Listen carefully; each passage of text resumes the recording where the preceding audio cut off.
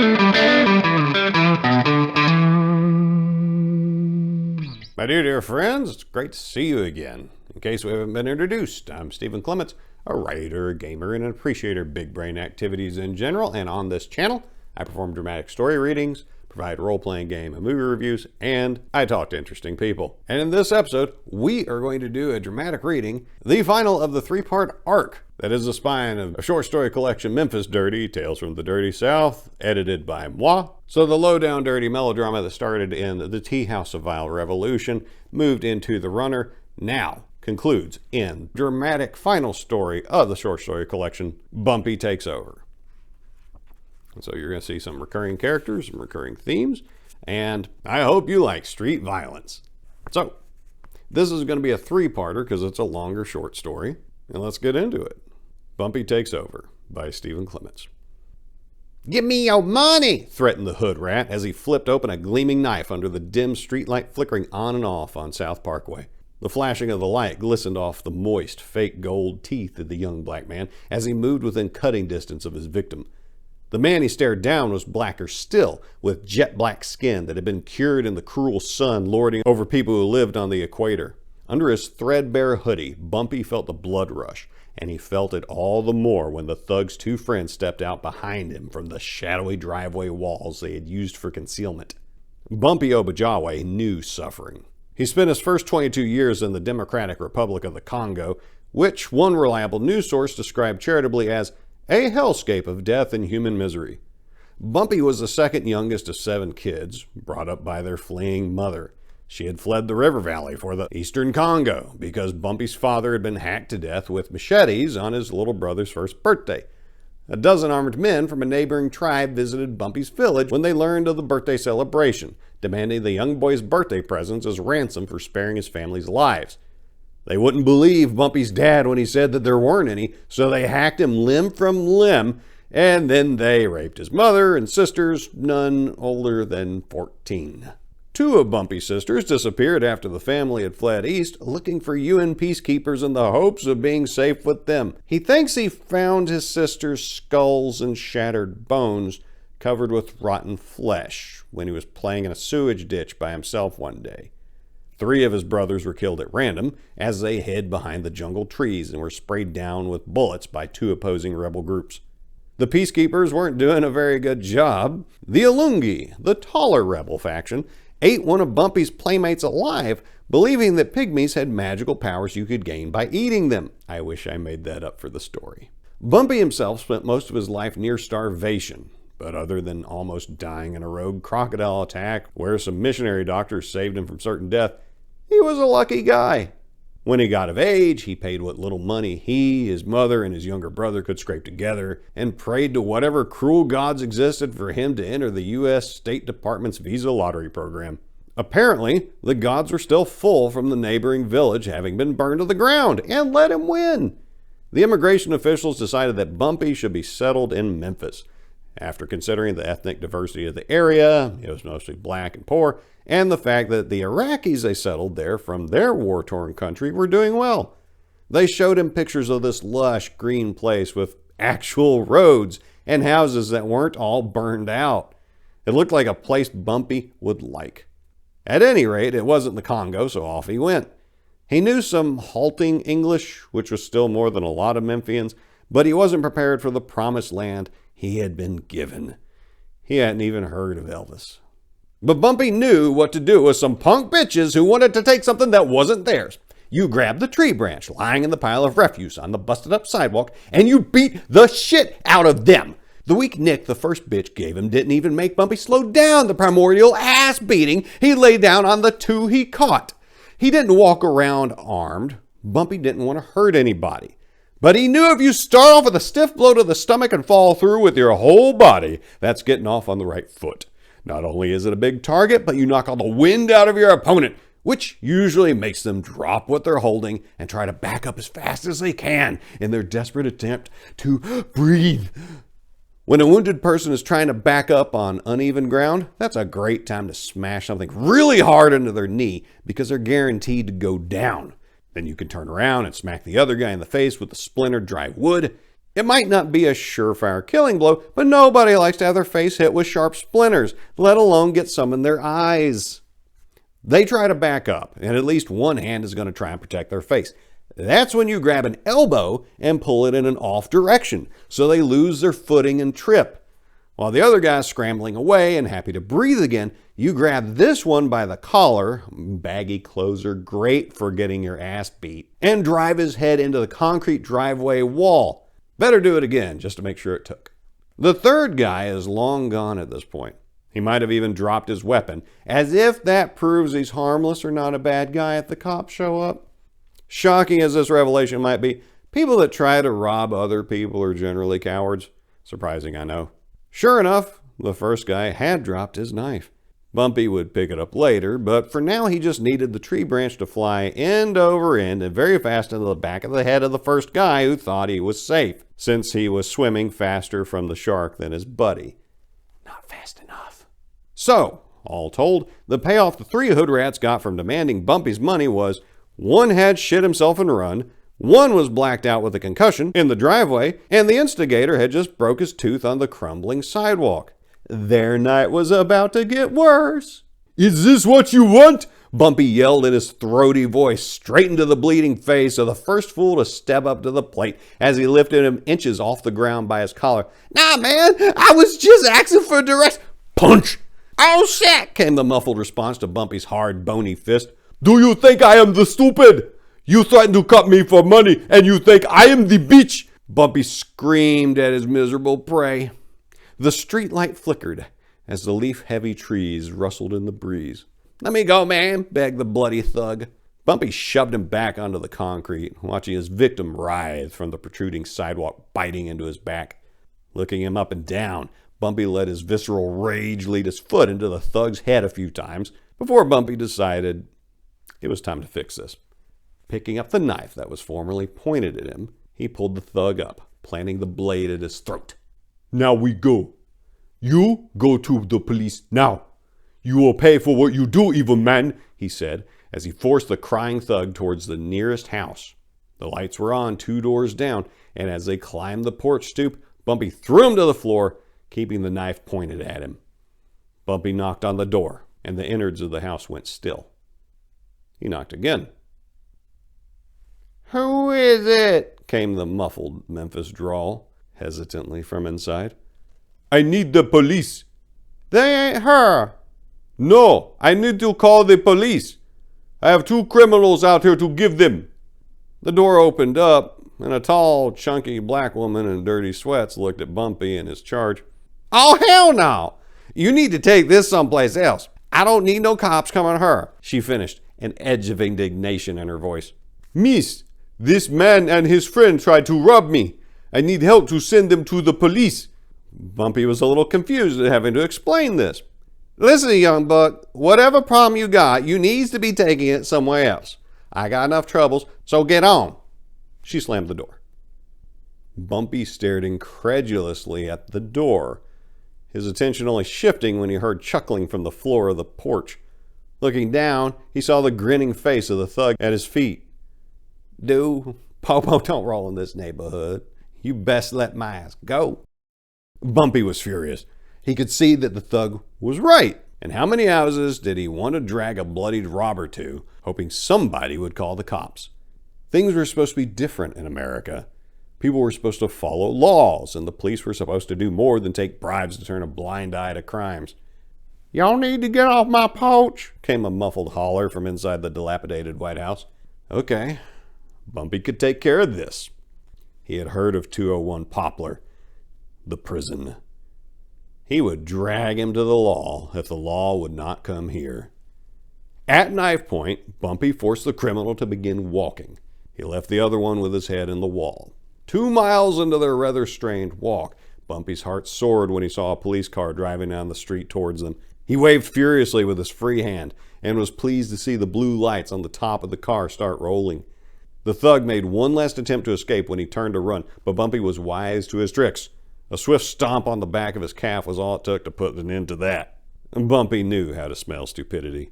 The smell got stronger as the car pulled up. The windows rolled down, revealing two sleepy, overweight officers, one high yellow and one mocha-colored, glancing out the window. The thought of getting out of the car was clearly off the table. "What's going on here?" asked the speckled high-yellow driver through his thick mustache. In the passenger seat, his droopy-jawed mocha companion was only too happy to leave his attention out of this. "Officer," Bumpi began, "this man and two of his friends attacked me with a knife to try to rob me. I have brought this one to you, and the other is lying on the street a short distance away. Arrest this one, and I will take you to the other." The driver stared blankly at the two young men standing in the street next to his car. The wrinkles around his glassy eyes didn't even budge when he asked, "What for?" "These men tried to rob me, and they will do it again." Bumpi was getting fed up with having to explain to people why it was a good idea for violent criminals to be dealt with by the law. Especially, he saw two officers of the law. "Listen, I didn't see anything happen, and now I just see you holding a knife to a chewed up dude. You should have called the police when it happened. I got nothing on this guy, but I could find something on you for holding a knife to him," the driver finished, his power window beginning to whir back upwards. Bumpi charged the car, pushing his palms down on the tinted window before it closed. "You are men of the law! Why do you not do your job?" The window stopped momentarily. The officer in the passenger seat had a twinkle in his eye that might have meant he was going to get involved. It passed. He sipped what was in his coffee cup instead. The driver looked up at Bumpi's face, not looking with enough intent to actually look him in the eyes. "Get your hands off the car, boy, and get off the crack." Bumpi's long face twisted in incredulity and then surprise as the car drove away, the window finishing its journey by the end of the block. He stared after it, mouth agape in disbelief. Then he heard the snickering again. Then he heard the blood-curdling shriek that came with an angrily hurled knife finding its mark. Bumpi couldn't believe this. He left one country where the police or the peacekeepers or the random gendarme did nothing actually related to their job, but to come to America, to the oft-touted best country in the world, and to see the same crap going on. How did this country get this far with laws enforced like this? When the police car turned down a side street and disappeared from view, he decided to check back on his robber since the police didn't want him. Rather than take the opportunity to run from the immigrant that had just hurled his own knife into him without even looking, the thug gave up and was lying on the ground, knife in his right bicep, crying. Again with the crying. Bumpi stalked over to his prey. If the cops wouldn't settle this, he would. "Who do you work for?" "What?" "Kick! Who do you rob people for?" It became abundantly clear to the man on the ground that he should say, "Fuck it," and tell this angry African whatever he wanted to know. The current plan was not working. "Man, you ain't got shit on him. But since you done good on your business with me," he coughed, "and I'm stuck on the ground, fuck it, I'll tell you." He struggled to sit up. In vain. He motioned for Bumpi to help him up against the trunk of the thick tree breaking through the sidewalk, and Bumpi complied. The thug pulled out a pack of Lucky Strikes and lit up. "Nigga, this goes to the top. No shit, I drove my loc dog one night downtown, and I saw the mayor come out with him." The mayor? The ruler of the city? Things weren't any damn different here. "Where can I find him? This will not go on any longer." "Nigga, you dumb as... Ow!" It's good to be the king. Sometimes. But not in Memphis. We kill our kings here. That's why the reigning monarch, or mayor of the city, settled on being a duke. He was called Duke Willie, and he ran this city like his own personal fiefdom. Straight into the ground as hard as he could ram it. There were whole sections of the city, a sprawling monstrosity that almost covered an entire county, that were derelict now. They used to be thriving, productive communities when he came to power. Hickory Hill had been a nice, working-class neighborhood with a good mall and lots of hot new stores opening all the time. But Duke Willie couldn't stand that the white people had a nice place to live where they didn't have to pay his tribute, or taxes. So he told a judge that the city of Memphis could provide the public services Hickory Hill needed, which apparently consisted of a library and a community center, and a few $1,000s later, the judge agreed. One more neighborhood fell to the plague of locusts effect Memphis has on its new territories. This had happened all over Shelby County. A nice community sprang up. People fled to it from the war zone level of crime and violence found in the Memphis city limits. Duke Willie got upset that the white people found another place to hole up, annexed them, and then the place fell apart as it was swarmed with ghetto trash and the gangs that moved with them. Watch, rinse, weep. Memphis is a big city with a lot of people and a lot of money, but those who have it do a great job of hiding it from those who want to carjack it. Basically, there's a thin band of the city from the Mississippi going east along Walnut Grove and Poplar Avenue that is habitable, some parts even nice, and vast dark hellmouths to the north and south of it. When it looked like Willie was going to lose the first election that made him Duke, he threatened to incite race riots that would set the city on fire if a recount was called for by his white incumbent opponent. These are the places his hordes would come from. Willie liked it that way. In those festering cesspools of humanity, he ruled through his people, the real people he was so fond of calling on, which were actually the ghetto hustlers he used to run his network. And in the nice parts of the city, he could go enjoy his ill-gotten gains. What Willie didn't like, though, was somebody was fucking with his money. His street-level agents kept showing up in the freeholds of Germantown and Collierville at the police station, with bulging bags of weed and heroin sticking out of their pockets, bound, bloodied, and gagged with duct tape. This was a major problem because he couldn't just have his boys at the Memphis PD steal the evidence and let their non-uniformed associates go with a fine they would never pay. Those bastards in Germantown and Collierville actually arrested people for breaking the law out of their misguided sense of duty to protect their communities from crime. Pointing his lit cigar at his watery-eyed toady from high atop his throne in his office, the open windows letting in breeze that fluttered the golden curtains around him as though he were a black Zeus, Duke Willie passed down his commandment. I don't care how much it costs, Devon. I want the motherfucker who's fucking with my business dead. What part of that don't you understand? The light paneling of the room reverberated with the thick, almost nasal resonance of his powerful voice. Devon, an uninspiring whipping boy, nodded his head as he shifted in his loafers back and forth on the carpet. Yes, boss. I got that. But I tells you again, we can't find the guy. Our peoples don't see the Memphis Mafia anywhere around us, so we still looking. Money ain't the issue, boss. Listen to me, motherfucker, erupted the Duke, rising like Lucifer, clawing his way out of hell from his high-backed tan leather chair. I want yo ass out there looking for this asshole then. I want you to paint a motherfucking sign on your black ass saying, I sell crack for Duke Willie, just to see if you could get this guy to punk your ass. Just make sure you got some backup waiting to beat his ass when you do. Devon needed a change of clothes. Willie relaxed, his fury taken out on somebody.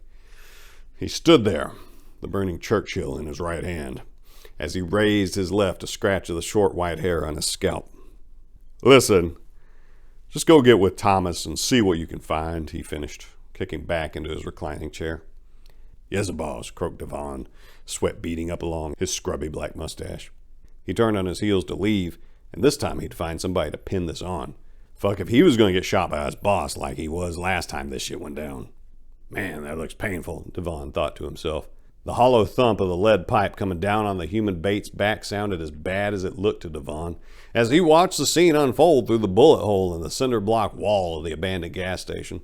Devon was not about to have that happen to him, so he set up a decoy drug hustler to see if they could bring out the punk that was meddling with Duke Willie's business.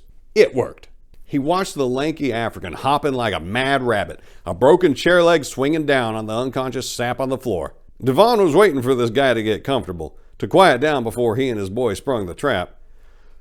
It took a while. When Bumpi cast the leg down to catch his breath, Devon motioned for his boys to move in. As Bumpi knelt down to start hog-ducting the fall guy, he heard the loafers of 4 shady men shuffle into the place. They came in from 2 different entrances surrounding Bumpi. As he stood to face this new threat, Bumpi recognized one from the Nation of Islam office that tried to give him some bean cola. It was terrible. There were no words exchanged. His pulse quickening and the sweat beading on his oily skin, Devon pointed and yelled, "Get him!" His hired muscle sprang into action, brandishing different weapons as Devon ran to the back of the room. Duke Willie wanted this bastard alive, so no guns were drawn. That was a small comfort for Bumpi, as 3 professionals ambushing you after you've done wore yourself out waylaying a punk bitch is not a recipe for success. I could detail the fight sequence, But at this point in the story, we both like Bumpi, and I wouldn't want it on either of our consciences that we sat here and read about our immigrant friend taking a beating like it was his job without at least trying to help. So, for both our sakes, let's just say a vicious short melee ensued and Bumpi came up short. Devon noted to change his boxers later, but for now he'd avoided being beaten for screwing up Duke Willie's orders. "That's right. Put him in the car," puffed Devon as he wiped the blood and sweat from his face. He thought he would be safe at the back of the room, but that African bastard was scrappy. A passing hobo in a dingy hoodie stood outside the wrecked gas station and watched as the three men stumbled out of what was left of the building. They carried Bumpi out to the car, leaving the unconscious vigilante bait on the floor amidst the debris. "Man, woo! You licked his ass good!" squealed the toothless hobo. "Got any smokes?" Devon brushed him aside, telling him, "Go home." "I am home." "Go someplace else." Devon made it to the car first, and as he was fishing for his keys, he noticed that the driver's side tires lay as flat as a gutted squirrel on the asphalt. "Fuck! God damn it, them motherfuckers! If I find out who did this, I'm gonna kill me a mother..." He spat out before being cut off. An elderly gentleman had stepped out from the overgrown bushes by the sidewalk, walking stick in hand. He looked appraisingly at the situation, what with the torn suits and the unconscious African being hoisted into the trunk of the old town car. Stating the obvious, the old man said, "You got a problem." "Go home, old man. We got it," said Devon dismissively, not even looking at the gentleman. He could call somebody to fix this. No biggie. Duke Willie still got what he wanted tonight. "No, I was telling you, you got a problem," said Blind Apricot Harding, as his walking stick brought down the first thug wrestling to stuff Bumpi's lanky body into the trunk. Devon watched as his hired man went down like a high school chick after one wine cooler, shock flashing across his face. He backed up, his loafer scuffing across the road as his hands feverishly went through his pockets looking for a weapon. His horror increased as he saw a dozen men step out from the shadows, surrounding him and his men. The tea house gang was about to strike. The pain was brought with a quickness. And that's where we're going to leave off for part one. I like this one. It was a lot of fun to write. I really like the character of Bumpi Obajawe. I hope you do too. One, for his sincerity and his desire to embrace the ideal of America, the marketing brochure goodness of America, and then unfortunately being burned by that, which a lot of us natives have been disappointed by too in so many ways. But here we got a guy from an absolute hellhole. And all the atrocities from Bumpi's backstory, I didn't have to invent those details at all. There are people who lived through this kind of stuff, and unfortunately, Jesus be kind to them, there's a lot of folks who didn't live through that, and that's still going on today. So for the folks suffering in the Congo and everywhere else around the world, my heart goes out to you. I pray that things get better for you. And if nothing else, hopefully I'll get to see you in heaven. But I prefer you to have a nice, peaceful life here before you get there.